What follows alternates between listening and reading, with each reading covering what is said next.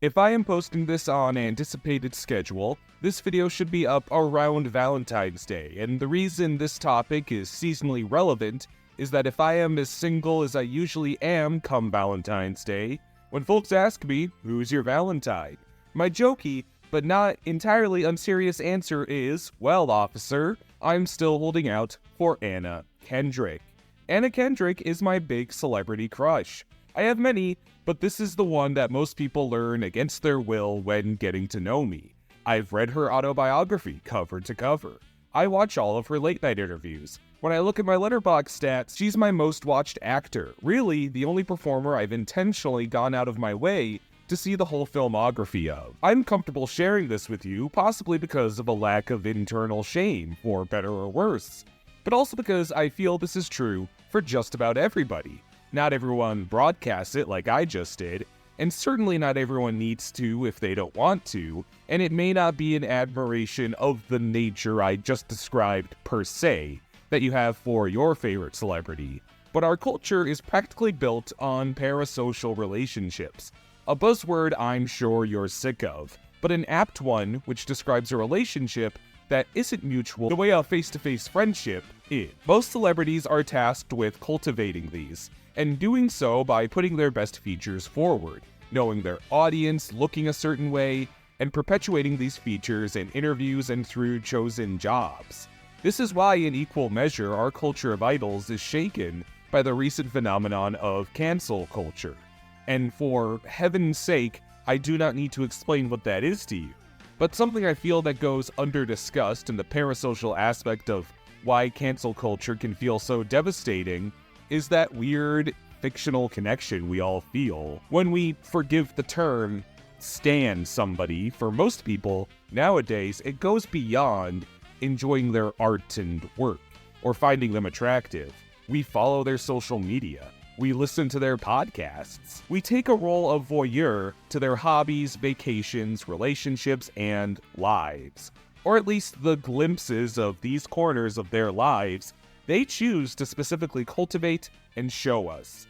Celebrities are instructed to do this because it begets attachment between them and their viewer, one that's good for business. It makes one feel like they know these people, when frankly, that couldn't be further from the truth. When an actor posts a selfie, tells a funny story to Seth Meyers, has an over-the-top reaction on Hot Ones, or plugs your favorite movie, they're boosting a really specific part of themselves, of authenticity that's dubious to say the least.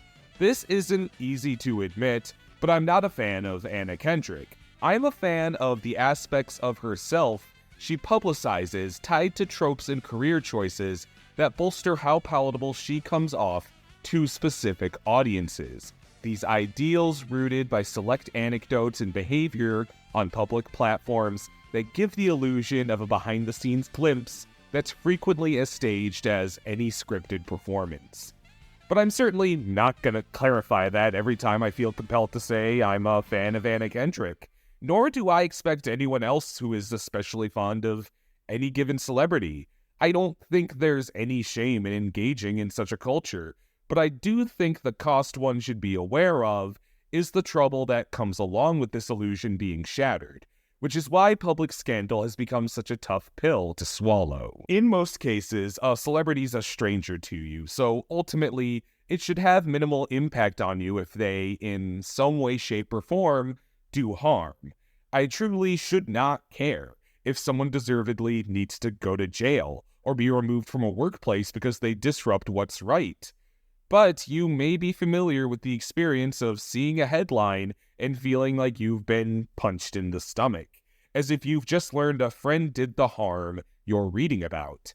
Feelings of betrayal, confusion, bargaining, as if you were deliberating the worth of staying close to someone who made a terrible decision which reflects their character. And all this over someone you've likely never met, at least not meaningfully.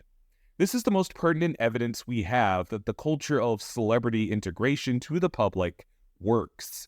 We hear about people committing heinous crimes and conduct themselves horribly in relationships, and because we're exposed to a tailor-marshaled version of a celebrity that starts with their appearance and talents and builds a caricature from there, based on what audiences respond to. That's not a friend, and I'm not going to act like my affections towards Maine-born 39-year-old actress, singer, dancer, director, and author Anna Kendrick are out of the ordinary, but if you asked me if they were harmless, I'd be slower to answer. All of this is to say, I had weird existential thoughts about the film Trolls Band Together. I think the Trolls movies are rather fun, but also my biases are laid out pretty plainly. They're led by Anna Kendrick as Princess Poppy, who boasts a pedigree that makes a lot of sense in the role, given the character's close association with pop music. An optimistic worldview and a sometimes naive modus operandi, you can connect the dots between Kendrick's pedigree, public persona, and career, and how that lends itself well to Poppy. Almost as if by lending her voice to a cartoon character, Poppy is sort of a cartoon caricature of Kendrick herself, exaggerating the chief traits of her public persona to create a character with all the appeal of Kendrick's celebrity ideals, but even further lifted away from reality and into fantasy, as if the inherently awkward baggage of a parasocial relationship was melted away. Trolls 3 has the whole ensemble of colorful characters that, given the music-centric lore of the film, calls for a lot of musical talent. Performers like Camila Cabello, Andrew Rannells, Kid Cudi, and Zooey Deschanel, with the world of Trolls inhabited by characters defined and modified by genres of music, it's plain to see how this would come about, but maybe the most prominent co-star I have yet to mention is Branch, Poppy's love interest, played by Justin Timberlake. Although Timberlake had amassed a fairly noteworthy acting career by this point, his casting of Branch was similarly one of specific intention. Timberlake was known for many years as a pop star, and highly involved in those social circles, including his now infamous relationship with Britney Spears. So casting him as a character in a series of musical films with leading star power and charm, issues with close relationships, and as the love interest of a sprightly pop troll is rather intuitive. To a certain degree, you're expected to think of Timberlake and his history and how appropriate it is he plays this cocktail of star qualities when watching him play Branch. This is why watching Trolls 3 in November of 2023, shortly after the publishing of Britney Spears' earth-shaking memoir, The Woman in Me, colored my reaction a great deal. This film explores Branch's origins in a boy band with his brothers, a clear allusion to Timberlake's own career as a member of NSYNC, which was one of the many stepping stones to his dating Britney, who explains in her new memoir that Timberlake was a far from ideal partner. Timberlake himself has said that the exposure was damaging enough that he felt his career took a significant toll, which made watching a character voiced by Justin Timberlake, decorated with the signposting of Justin Timberlake, and clearly invoking Justin Timberlake, a bit uncomfortable, especially considering the villain of this installment of Trolls bears some slight resemblance to Britney Spears in way of a glitzy pop star.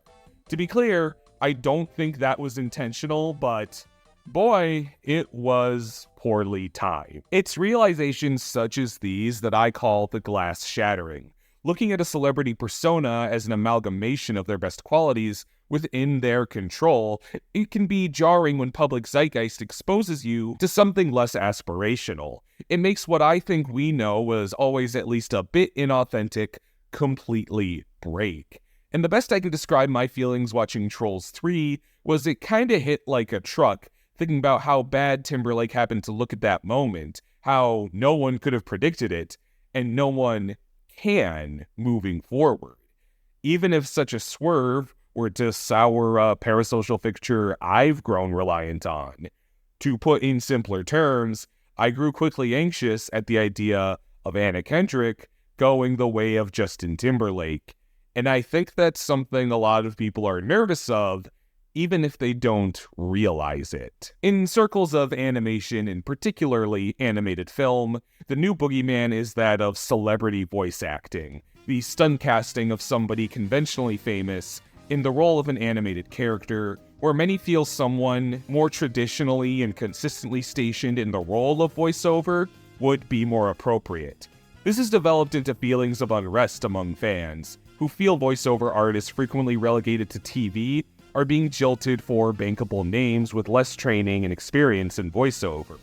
While this has been a matter of discussion for a long time, the straw that broke the camel's back was most probably the casting of Chris Pratt in the Super Mario Bros. Movie.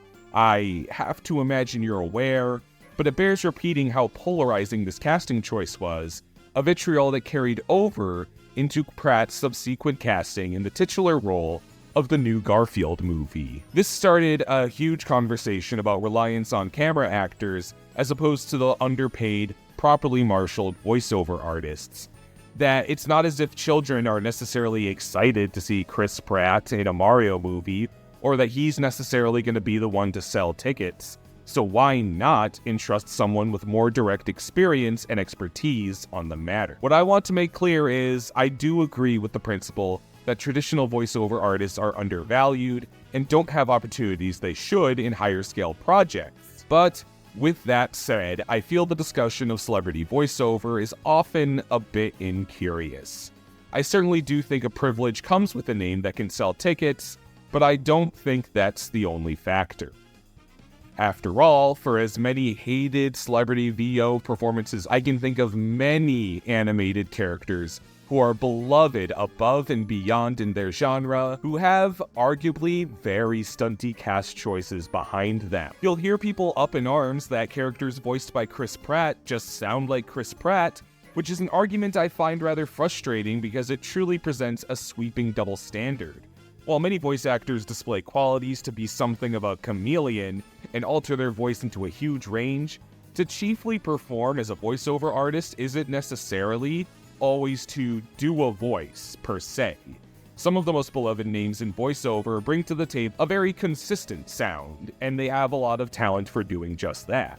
Oh yeah, I thought we'd start off with soup and a light salad, and then see how we feel after that. Every child on this block has become inexplicably spookified. Thanks to me and my colleagues, a lot fewer people will be injecting cocaine. I can't help but feel it's easier to put the face of a well-known screen actor to a voice. And so it's also easier to convince oneself they recognize their performance in a way they don't the disembodied voice of a VO artist, who aren't showcased on screen as often. When the reality is, while range and change of one's voice is certainly a valuable skill and abundant in the industry, it is not the only measure of a VO artist's value. And to act that that's the case, even to make a case against celebrity voiceover, devalues all involved. Imagining the vitriol directed at Chris Pratt and how many people feel strongly he should not be in voiceover, I imagine the same vocal majority would likely crucify someone who held the same standard to, say, Jack Black.